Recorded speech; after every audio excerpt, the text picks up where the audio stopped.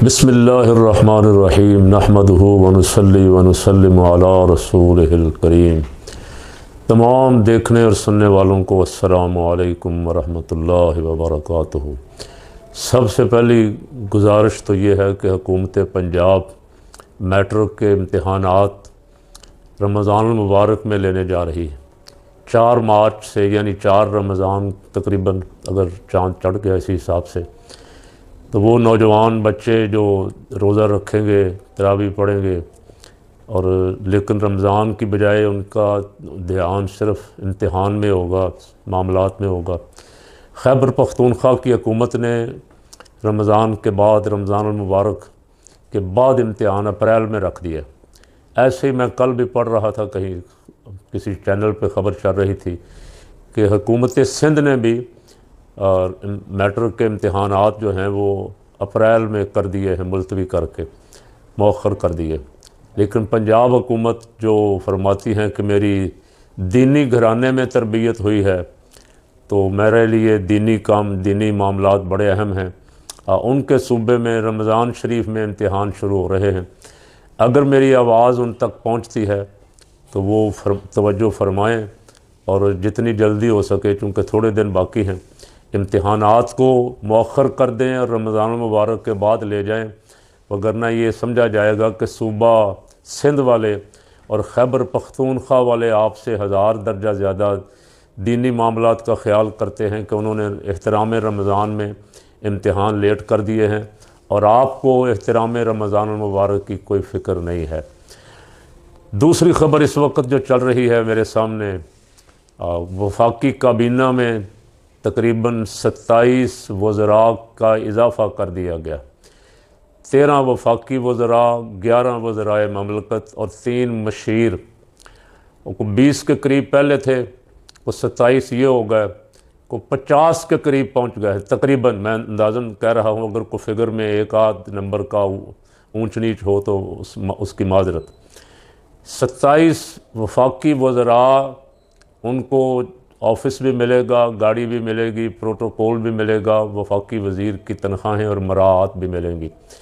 ये उस हुकूमत में इतनी बड़ी काबीना बनाई जा रही है जिसके पास ज़हर खाने के लिए भी पैसे नहीं हैं, लेकिन वजारतों में और असम्बलियों के मेंबरों की तनख्वाहों में इजाफ़ा करने के लिए उनके पास ख़जाने खुले हैं।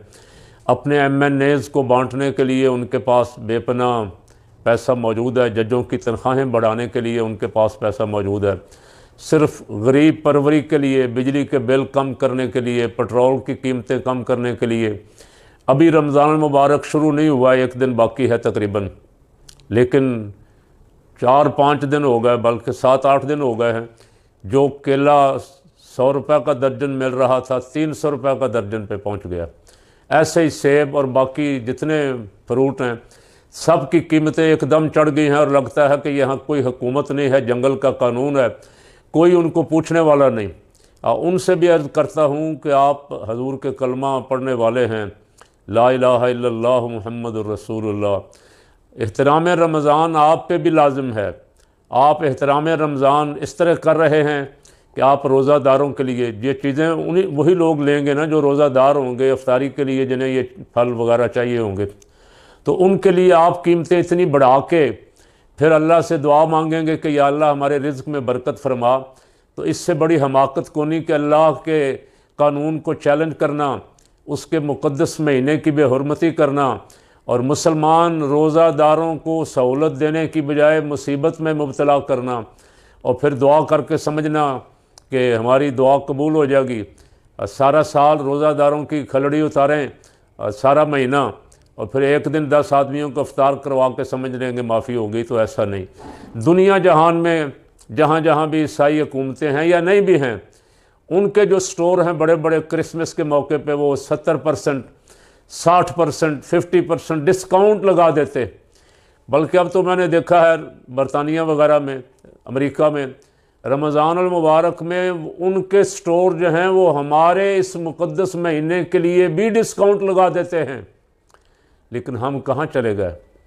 हमारा खौफ खुदा, हमारा इश्क रसूल, हमारी ईमान वालों के साथ मोहब्बत, ये सब कहाँ रुखसत हो गई।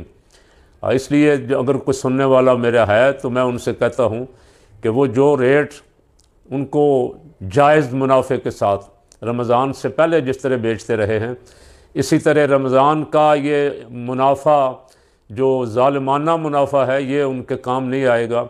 ये कहीं आपके घर के बाकी रिज़्क़ को भी साथ ना ले जाए, कहीं बड़े नुकसान का बायस ना बन जाए, इसलिए इससे बचें।